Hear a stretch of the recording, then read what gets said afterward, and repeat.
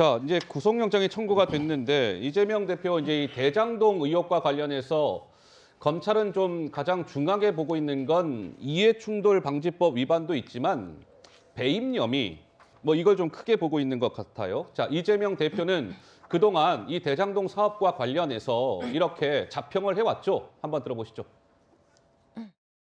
대장동 개발은 민간 개발 특혜 사업을 막고 무려 5,503억 원을 시민의 이익으로 환수한 모범적인 공익 사업입니다. 대장동 개발은 지금도 제가 자랑하는 성남시장 시절의 최대 치적입니다. 온갖 방해에도 민간이 독차지할 뻔했던 택지 개발 이익의 약 3분의 2, 5,500억 원 이상을 공공으로 환수했습니다. 당군 일의 최대 치적이라고 스스로 자부하는 사업이었고 저도 지금도 마찬가지입니다. 자, 이재명 대표는 저렇게 얘기했지만 검찰은 좀 많이 다르게 보고 있는 것 같습니다. 이재명 대표가 이제 대장동 건으로 지금 배임 혐의를 받고 있는데 그 배임 액수가 이제 보이시죠? 4,895억 원입니다. 그러니까 이렇게 검찰은 산정을 했다는 거예요. 만약에 대장동 일당하고 유착 같은 게 없었으면 성남시가 확보했을 액수가 한 6,725억 원 정도 된다. 검찰은 그렇게 산정을 했어요. 그런데 실제 확보한 액수는 얼마입니까? 성남도시개발공사가 1,830억이라는 거예요. 그러니까 6,725억 원 마이너스 1,830억 원 하면 4,895억 원 배임 액수가 이렇게 떨어진다는 거죠.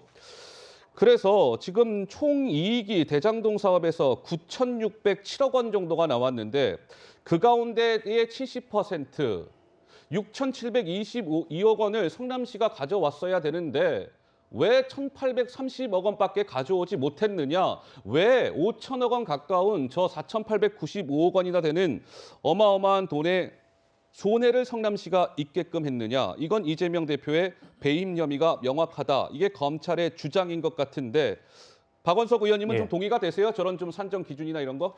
근데 검찰의 저 배임액 산정에 의문점이 좀 있습니다. 의문점이 있다? 두 가지인데요. 하나는 대장동 사업이 이 공익 환수를 했어야 할 적정 기준을 70%라고 검찰은 산정했어요. 그게 저는 좀 자의적이라고 생각합니다. 물론 성남도시개발공사 실무선에서 70% 정도 공익 환수가 가능하다라는 서류가 있다고 하는데 그 서류 하나만 가지고 저런 지방자치단체가 주도한 택지개발 사업의 적정 이 환수 이익은 70%가 돼야 된다. 이런 기준을 검찰이 자의적으로 설정하는 게 과연 맞느냐. 이게 하나의 의문점이 있고 예. 그러면 그 비근한 예로 부산의 LCT 해운대 사업 같은 경우에 부산시가 나서서 기반조성공사까지 다 했는데 이 혈세를 들여서 예. 그 부산시가 환수한 액이 제로거든요. 그럼 그 경우도 다 배임이냐 이런 이제 반론이 가능하고 지금 전국에서 진행되고 있는 저런 지방자치단체 주도의 택지개발 사업의 이 공익 환수를 어느 정도 했는지 전수조사가 필요하다. 이런 반론이 나올 수가 있다는 생각이 들고요. 예. 또 한 가지는 그동안에 이재명 대표는 5,500억 정도 환수를 했다. 1,830억 배당 이외에도 그 성남제일공단 부지를 공원화하고 서판교 터널 뚫고 이런 것들 다 이제 공익 환수로 포함해서 5,500억을 얘기를 해왔어요. 예. 그게 이제 그 선거법 위반이다. 이게 허위 사실을 공표했다. 경기도지사 쓴 것 때. 그래가지고 이제 대법원까지 갔지 않습니까? 근데 대법원에서 무죄가 났어요. 거꾸로 얘기하면 이재명 대표나 성남시의 그런 주장이 무리가 없다라는 걸 대법원이 인정을 했는데 예. 이번에 이 배임액 산정을 하면서 그걸 다 빼고 공익환수 기준에서 그거는 그냥 다 비용이다.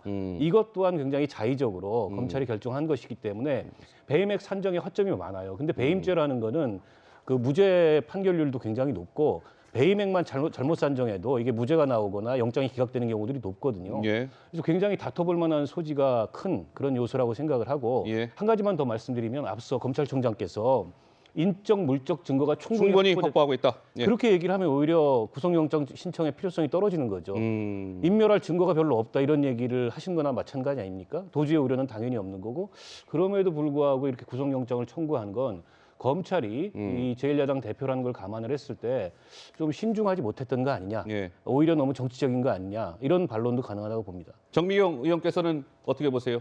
이게 이재명 대표가 왜 그 조사받을 때 진술서만 딱 써가지고 검사들한테 아마 줬다는 거거든요. 예. 그러면 그 얘기는 구체적인 진술에 대해서는 진술을 안 하거나 진술을 회피하는 방법을 썼을 거예요. 그것도 지금 그 구속의 사유에 나와 있거든요. 그러면 결과적으로 무슨 얘기냐면 그 지금 이 대장동은요. 땅을 굉장히 땅값을 그 수용했기 때문에 굉장히 싸졌습니다. 그거를 성남시가 해줬다는 게 저는 핵심이라고 봐요. 그러면 반드시 초과 이익이 날 거라는 건 예측이 되는 거거든요. 그러면 이익을 환수하는 게 아니라 초과된 경우에 지나치게 많이 민간에게 가는 경우에 환수한다라는 조항을 당연히 넣어야 되는 거예요. 예. 근데 그걸 넣지 않았다는 거는 안정성하고는 아무 상관이 없습니다. 무슨 얘기냐면 안정성이 있으려면은 기본적으로 초과 이익 환수 조항을 넣어야 된다. 이런 논리도 성립이 되는 거거든요. 그래서 제가 볼 때는 그 검찰에서 보기에 초과 이익 환수 조항을 의도적으로 넣지 않은 겁니다. 네. 민간에게 돈이 많이 흘러가도록. 왜냐하면 나중에 그중에 일부를 이재명 지사의 몫으로 만들려고 했던 여러 정황이 있다. 증거도 있다. 이게 아마 이원석 검찰총장이 얘기하고 있는 핵심이라고 보여집니다. 자, 이제 뭐 너무나 엇갈리죠. 지금 뭐 시청자 여러분들께서 들으시는 바대로 검찰에서는 이재명 당시 성남시장이 지방 권력을 사유화해서 이른바 시정농단을 펼쳤다. 대장동 이익 70% 확보 가능한 것을 그 당시 성남시장 이재명 시장이 알고도 의무를 방기했다. 근데 이재명 대표 쪽에서는 무슨 소리 뭐 이런 거고. 검찰에서는 이재명 대표가 증거인멸이 너무 많이 우려된다. 구속이 필요하다. 근데 이재명 대표 측에서는 무슨 소리? 내가 도망가겠습니까? 증거를 인멸할 게 더 남아있겠습니까? 또 이렇게 엇갈리고 있고. 향후 재판 과정에서 치열한 법정 공방이 예상되는 대목이고요.